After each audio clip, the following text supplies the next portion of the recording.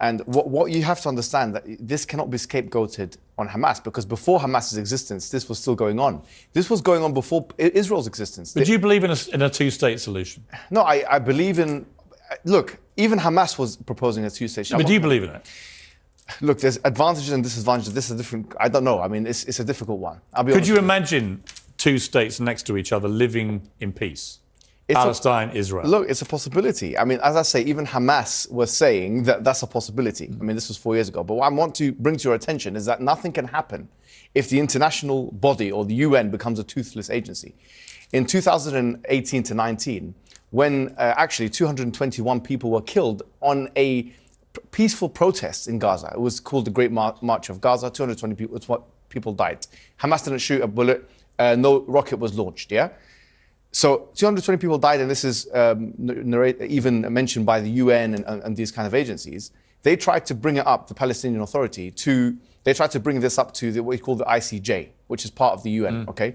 What happened is the Donald Trump administration, they threatened to freeze the assets of the ICJ, which tells you the following. What are the Palestinian people to do? Because the fact of the matter is, if they try and bring it up... Let me ask you... let me finish the point. Let me just finish the point. If they try and bring it up... We're running out of time, that's why I'm jumping in. But if they try and bring it up to international law, it's thwarted. I do think international law matters. Sure. I want you guys to watch this heated debate between Piers and Mohammed Hijab, and tell me if you actually benefited something from their discussion, or it was just a back and forth argument between the two of them, because it was really, really hot. So, let's watch. This conflict has awoken. Well, among those viewers was Mohammed Hijab, the controversial pro-Palestine influencer with nearly 1 million YouTube subscribers of his own. Here's what he had to say about it. Do you think Piers Morgan, on fair grounds, would try and speak to me about an issue like this? Or Ben Shapiro, when they know what I'm going to come with? Absolutely not. Don't pretend you don't know who I am. You've been watching my videos. You know what I'm about. Your silence is deafening. And your cowardice is apparent. Well, Mohammed Hijab joins me now. Mohammed, thank you very much for coming in. I hadn't actually watched your videos. I have now. I've watched a few of them. I'm aware you've got a massive following. You've got nearly 1 million YouTube subscribers. You're an influential person. And you have a lot to say about this issue, obviously. So I thank you for coming in, but I'm not too cowardly to talk to you. I don't have a horse in this race.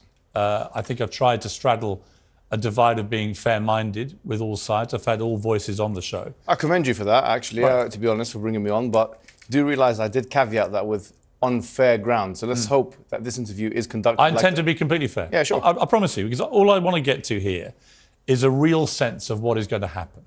We can all look back at... Before that, Piers, yeah. Sorry, if you want to say fair grounds, you introduced me as a Palestinian controversial... I actually corrected myself. Right, so... I said pro-Palestinian. I meant to say pro-Palestinian. So why did the word controversial come into play? I think you're controversial. So are you. Yeah, I wouldn't deny So is that. the ambassador. Why didn't you introduce her in that manner? I'm happy to say that to many people, her views would be controversial. So why didn't you introduce me as the Oxford graduate? Do you want to be introduced as that? Yes. OK, or an Oxford graduate. Go ahead. OK. No problem. You can be introduced as anything you like, frankly. It makes no difference to the debate. Let me ask you this. Where were you when you heard about what happened on October the 7th? I was at home. What was your reaction when you heard? I was actually very sickened by it. And this is something I do want to put on the table, because I think it's fair for people to know this. In our religion, we do not believe, okay, as a Muslim, I am a Muslim, and I do not believe in the killing of any man, woman, or children. Non-combatants. That is not despite the religious teachings. That is because of the religious teachings. So in terms of condemning Hamas, and just jumping straight into it, I condemn not only Hamas, but any other entity, okay, wherein it's proven that this has been done, that the killing of combatants has been done. Therein, I condemn any party that does it. Any party that kills people or strikes at people where it's more probable than not that it will hit a civilian target, I condemn them. And that's why I condemn the IDF. Because when they strike, they know that it's more probably than not going to hit civilian targets. They know that the majority of civilians, or the majority of people that are going to be affected, are civilians. We know that from the various operations that have been conducted. We know that because now in Gaza you find that there is a blockade, as you know, for 17 years, but also they're stopping them from electricity, water, which is a war crime under Geneva 4 of the Geneva Convention, Protocol 4 of the Geneva Convention. So this is something I'm surprised you didn't actually mention to the ambassador. But I did mention it. You didn't say it's a war crime. Well, I think it's an arguable point whether it's a war crime. Okay, let me ask you now. They are saying Israel, at the moment, Israel is adamant they are not breaching war crimes, right? It will be determined. But if we could, well, it will be determined whether that's the case. No, sorry. What is it? That's incorrect. Mohammed, let me make a point to you back on that. I think surely we can agree that what happened on October the 7th was a war crime. I mean, when people are taking grandmothers and executing them, kidnapping young children, when they're killing babies in their cribs, we can agree that's war crime, right? Okay, babies. Can we? Surely, of course, 100%. Right. But babies in the crib. Sorry, what was the evidence for that? You don't believe that happened? CNN, the White House, Sky News, which you work for, all say something. I don't work for Sky News. Well, your thing. I did work at CNN.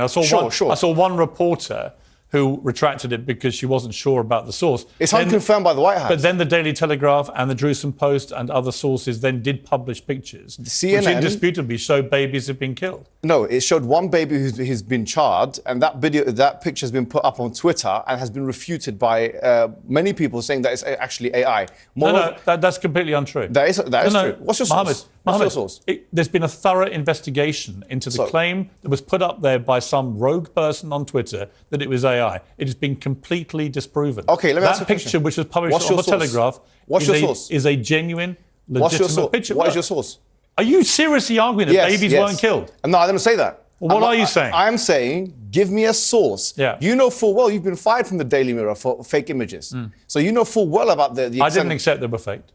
Exactly. The UK government did. Yeah, they did. Because the UK government, just to be clear, had waged, in my view, an illegal war in Iraq. So you're allowed to go against the government, and I'm not allowed to go against the Israeli government? Of course you're allowed to. So tell me now, what's the source? You seem to be making a lot of presumptions about me, Mohammed. Yes, because you had softball questions for your ambassador. No, they weren't. I put all the questions to the ambassador. I was editor of the Daily Mirror when we opposed the Iraq war on the grounds that I believed it was an illegal war. Yeah. I still believe that to this day. I think it stained this country. Fantastic. I don't think you even knew that. I did know that. Right. But that's not the point I was making. I was making the point that if you're allowed to go against a government in their classification of an image, then if you have pro-Palestinian activists who are saying, actually, we need to see a source, shouldn't they be entitled to that? The Daily Telegraph published on page 3. Should they be entitled to that, yes or no? You're talking about, the Daily Telegraph said they had independently verified the picture, Mohammed. No, excuse me. If you're saying that their verification is wrong... No, excuse me. Primary source in academia... I know you've done a journalism degree, which is, frankly, it's not relevant to what we're talking about here anyway. Probably is to journalism, yeah. No, it's not to this conflict. But we academics require primary source evidence in order to make it. The Daily Telegraph said. The Daily Telegraph said they verified the picture. That's a secondary source. Fine. You may say that's a secondary source. You may say that's a secondary source. Well, you may say you don't think it's genuine. I don't agree with you. But the wider point. That was my point. I said I want a source. I just want to see the evidence. What we're arguing about here. You're not contesting that babies were killed. No, I'm saying I want to see the evidence. So why are you picking on the semantics of the veracity of one picture, which has been verified by British journalists? Why are you picking on that? British journalists are not an authority. Some example of somehow this wasn't as bad as it seems. British journalists are not an academic authority. You know that full well. You've been fired from Daily Mirror for that very purpose. What I'm saying to you is this, putting this issue to the side, I think you're trying to use this as a red herring to move away from the bigger issues. What red herring? This is a red herring because already 1,023 children have been killed in Gaza.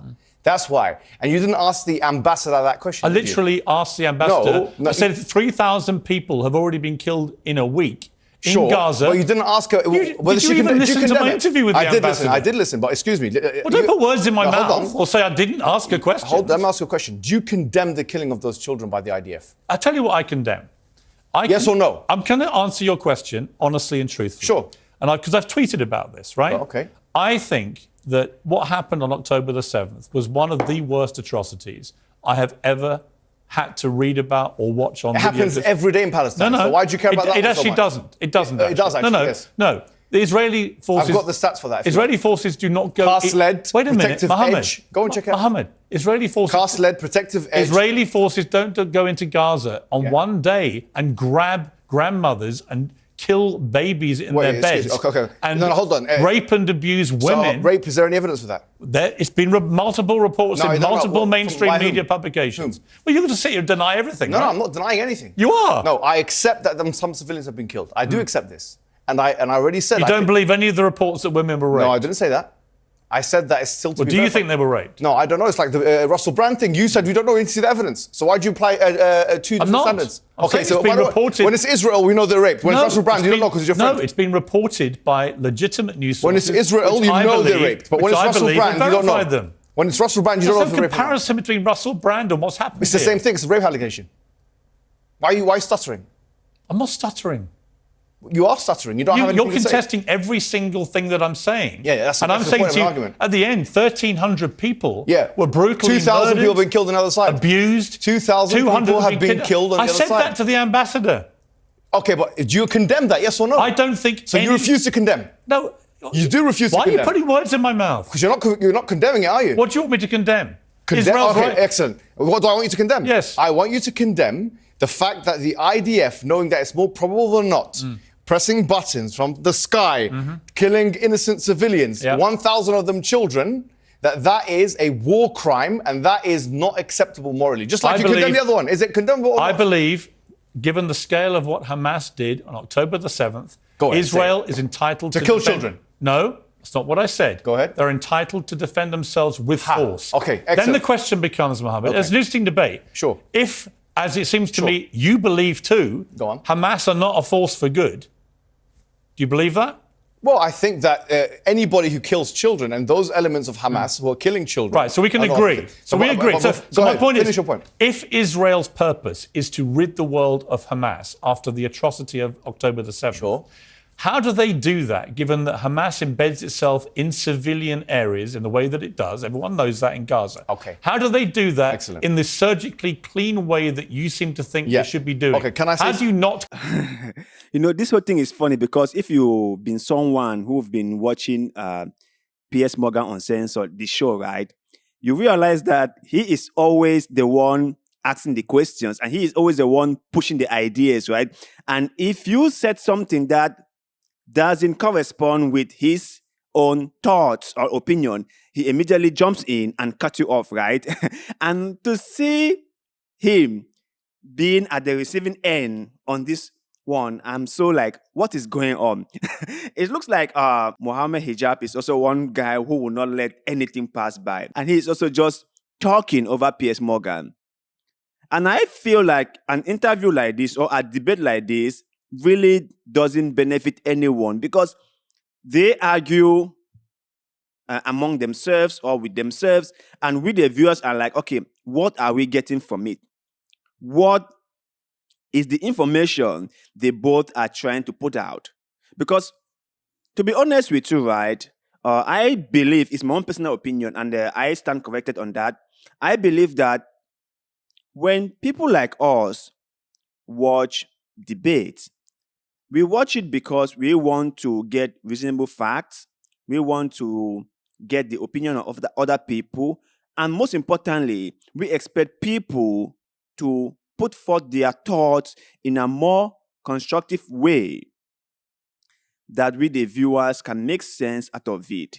Instead of the debaters just going on each other and just batching over each other or talking over each other, we expect them to be calm and be rational and also put their thoughts in a way that is respectful to one another.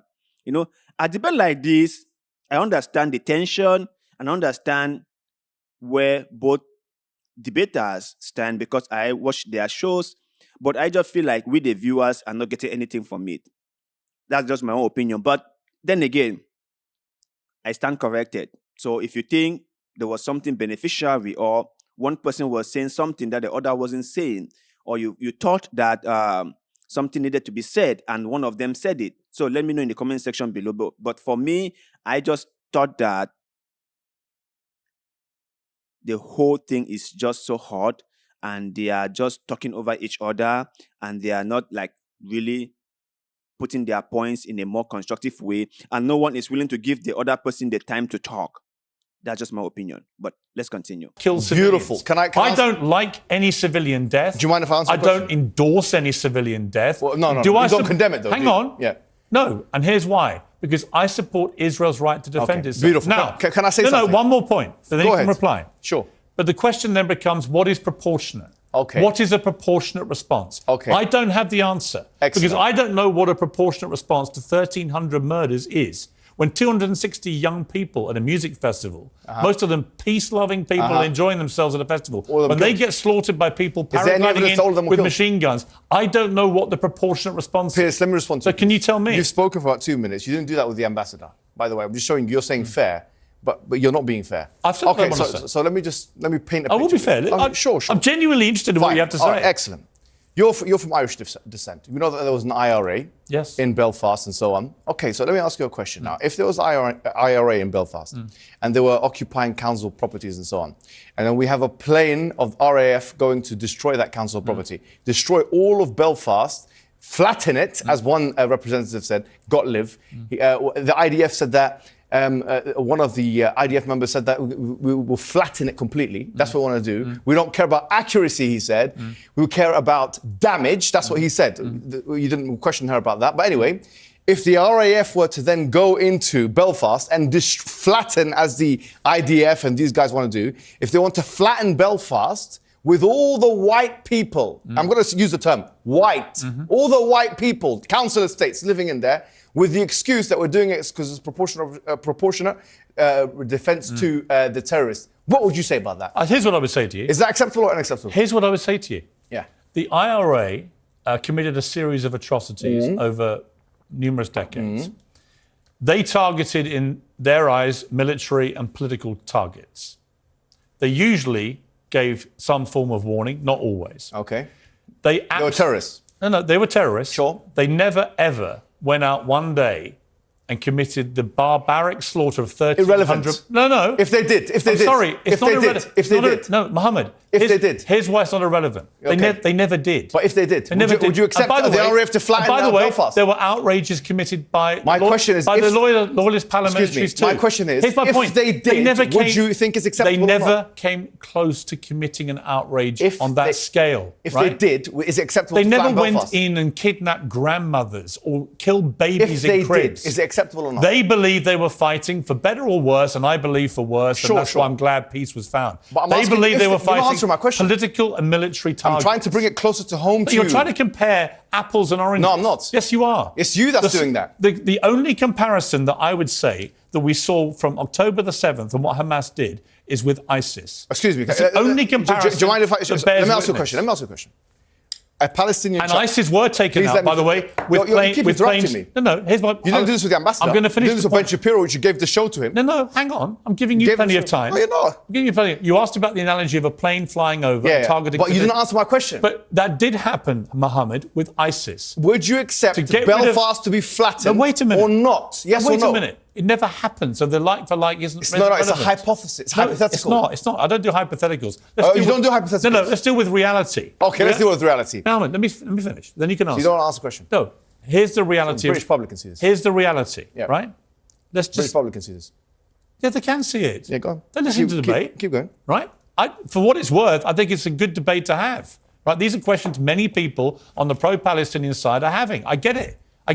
Right? But you're trying to compare what happened on October the 7th with the IRA. No, I'm not. I used a hypothetical wait a minute, Mohammed. question. I'm comparing it to ISIS. And the way that the world in the end dealt with ISIS actually was to use airstrikes. And many civilians were killed. There's a huge difference many innocent people died. They're not. You don't understand it because you have no idea of the religious... What's the difference between what happened on October the 7th and ISIS? The difference between the Palestinian resistance is the following, okay? Any kind of thing which has Palestinian resistance attached to it, and ISIS, which is a brand of tekfirism, okay, is that ISIS is just one of many brands of tekfirism, which you don't know what it is, which is a kind of excommunication type heresiological Islamic sect, okay? So if there's It's nihilistic mass murder. That's all they care about. Listen, I know what you're saying, but I'm saying something else. You agree with me, don't you? I do, but of course I do, but you're not understanding what I'm saying, so I'm trying to break it down. I am understanding what you're saying. What I'm saying is that anything... And I'm not anti-Palestinian, by the way. Sure, Piers, but... Over the many years, if you bothered to check what I said about it,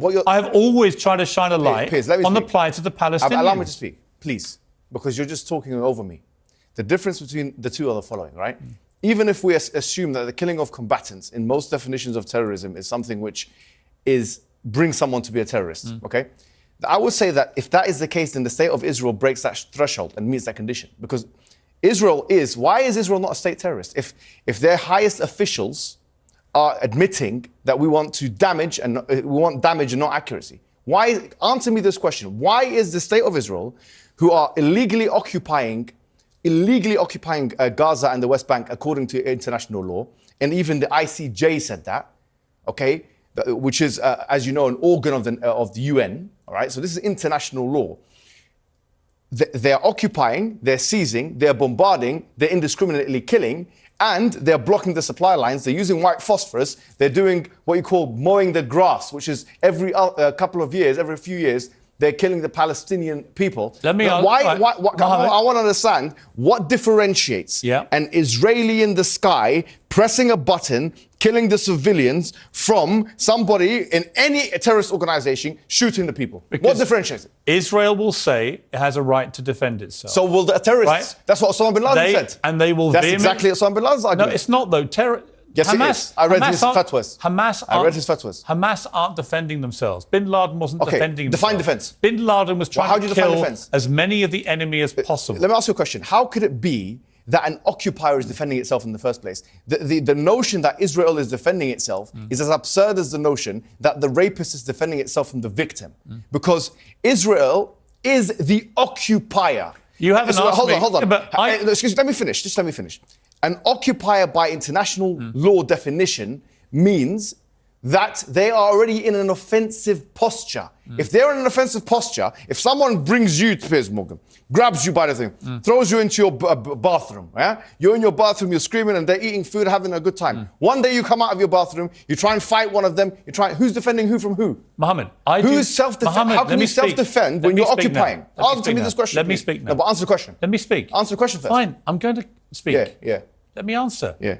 I believe that Israel's made a number of bad choices. That's not answering my question. Wait, I'm telling you what I think. You're not answering my question. Telling you what I think. Sure, go ahead. Okay?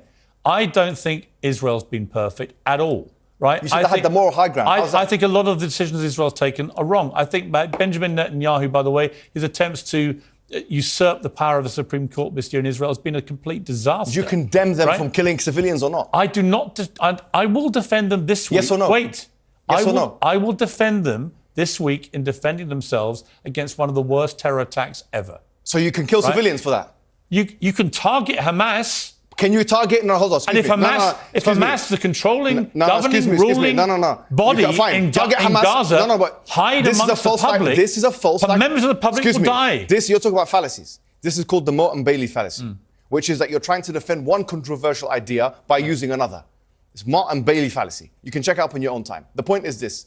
I'm not asking you whether Israel has a right to defend itself. We've already said of the logical and legal impossibility. The logical and legal impossibility of an occupying power, according to international law, of actually defending itself because it's already... Let me finish. It's already in an offensive posture. Now, I'm saying this.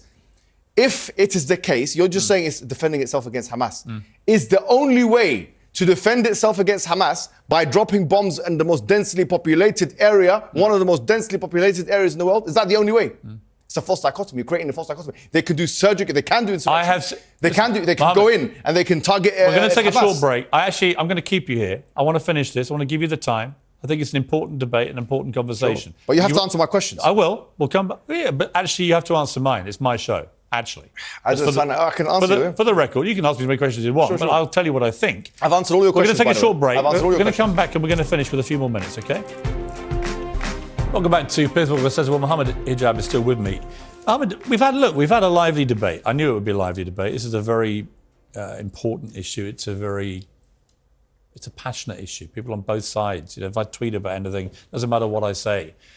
One side, if I'm even remotely sympathetic to them, the other side, poor abuse and vice versa and so on. Let's try and cut through it all and get to what happens here. How do we find peace in the Middle East? I've been covering Israel-Palestine since I've been a journalist, 3 decades. And it seems to me we're as far away now as we've ever been. How do you think we get to a place of peace? You'll be surprised. Look, even Hamas, some 4 or 5 years ago, they even agreed to the 1967 lines, the borders. And what you have to understand, that this cannot be scapegoated on Hamas, because before Hamas's existence, this was still going on. This was going on before Israel's existence. But do you believe in a two-state solution? No, I believe in... Look, even Hamas was proposing a two-state solution. But do you believe in it? Look, there's advantages and disadvantages. This is a different. I don't know. I mean, it's a difficult one. I'll be Could honest you with imagine two states next to each other living in peace? It's Palestine, Israel. Look, it's a possibility. I mean, as I say, even Hamas was saying that that's a possibility. I mean, this was 4 years ago. But what I want to bring to your attention is that nothing can happen if the international body or the UN becomes a toothless agency. In 2018 to 19, when actually 221 people were killed on a peaceful protest in Gaza. It was called the Great March of Gaza. 220 people died. Hamas didn't shoot a bullet. No rocket was launched, yeah? So 220 people died, and this is even mentioned by the UN and these kind of agencies. They tried to bring it up, the Palestinian Authority, they tried to bring this up to what we call the ICJ, which is part of the UN, okay?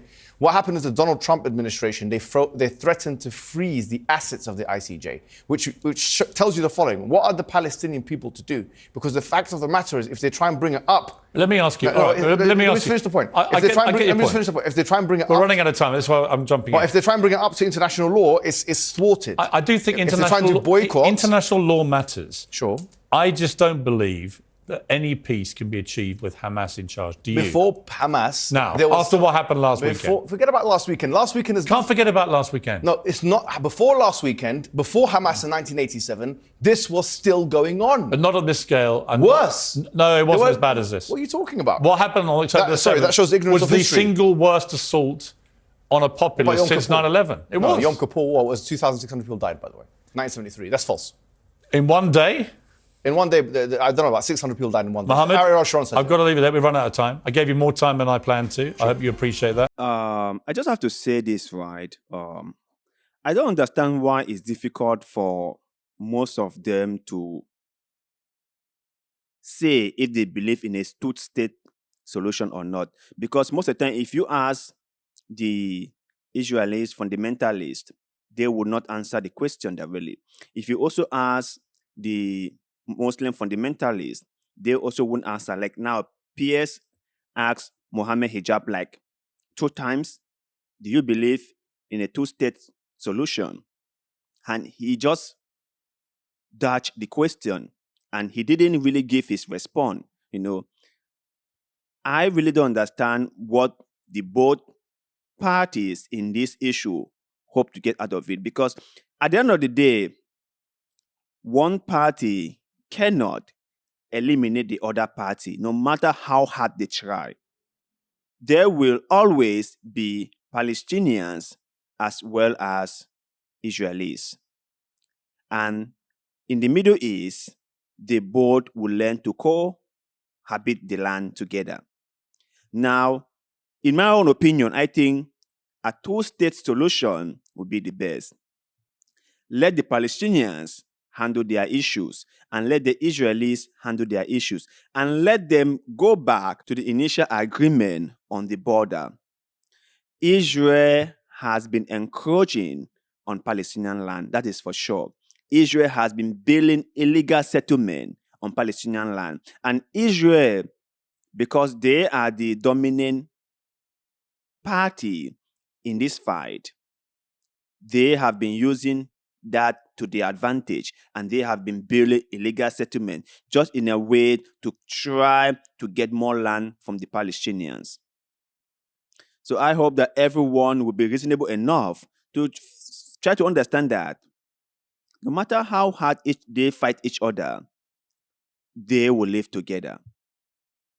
They must learn to live together. And I am sure that for most ordinary Palestinians and the most ordinary Israelites, this is a simple deal for them. But the problem is with the elite. The problem is with the governing body in both parties. They won't see eye to eye. And that is where the problem is. Hamas is there in Gaza doing their own thing. The Palestinian Authority in West Bank is doing their own thing. And the Benjamin Netanyahu government is also doing their own thing. But the people are the ones caught in the middle. My heart really goes out to the people in Palestine and also to the people in Israel who have lost loved ones, whose loved ones have been kidnapped by the Hamas whether it's terrorist or insurgency or militant, however you want to put it. My heart goes out to them. But you guys out there, let me know your thoughts and opinions on the heated debate, and what did you get that changed your view and opinion on this Israel-Hamas-Palestine issue. Let us know in the comment section below, because like always, we love hearing what you have to say. And also, don't forget to like this video, share this video, follow our Facebook page, and most importantly, subscribe to this channel, because little bit of good way, and what you're doing just now, help us a lot, and we shall ever be grateful to you. So thank you very much for doing just that. And like always, see you in the next one.